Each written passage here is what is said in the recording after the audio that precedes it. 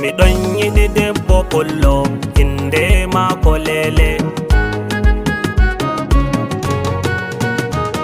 Mi ɗon yiɗi debbo pullo mi hawti e ɓeera Leele. O ɗon yiɗi yam e ɓernde min fuu hanko gimmi. Ndamo o ɓiɗɗo fulɓe leñol fulɓe e woɗi. Mi yejjitata ba hande e puɗɗumi yiki momi. Mi ɗon nder mota jooɗi e wuttudu windo janga. Ba goɗɗo wi'oy mi yurno ƴeewumi Leele ngimi. Sarde nde ndarumomi hakkilo am o wujji. E ɗon senninmi Allah e marta gaadi. Mi meeɗay yiki beera mboɗuɗo nandi maako. O kewɗo tagaadi rewɓe wala to o huɓirayi. Garol maako e heewi ba taktuɗo hoore muɗum. Ta ndaarimo doole a fuɗɗita ndaara biwti. Oɗon mari ɓandu seɗɗa o noddirtaake cewɗo. O ɓalwi laral e ɗelka Black Beauty e wooɗi. Oɗon ɗon yaaɓa kosɗe ba ɗaawisu nandi yaadu.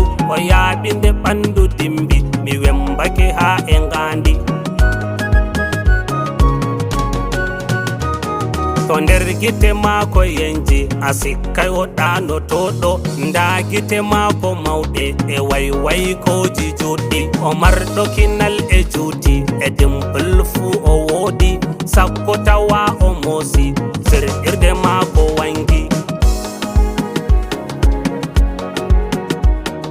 O wondu e adda maako ɗoftoyɗo mo garet e nder muyoore Allah. O naatay mota ngommi. O waldi e adda maako nammi bo daande maako. Nde ɗon weli haa a sikka ɗum seerendu o duuɗi.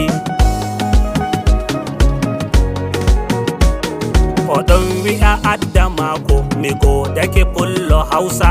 O naatoyi mota ngommi o jooɗake takko ammi. E ɗon lumni mi urdi ndi maako e kolte maako. Ndayam ga e maako ndamo o ɗakkiyammi.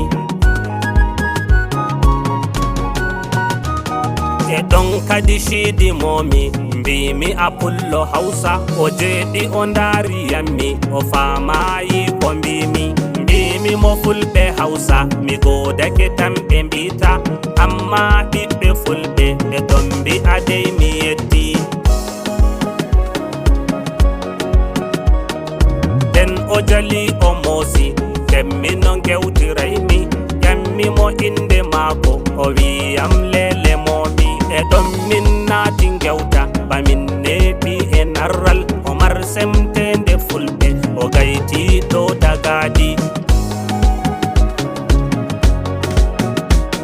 Wala nder suuɗi mbimi o foddaniyam. Mi rokki mo ɓernde am fuu o firlande hanko jeynde. Tayi min a sikkay yidde amin nde ɓooyi. Yaadu amin ndu yondu e nyaldere nden ndu rammi.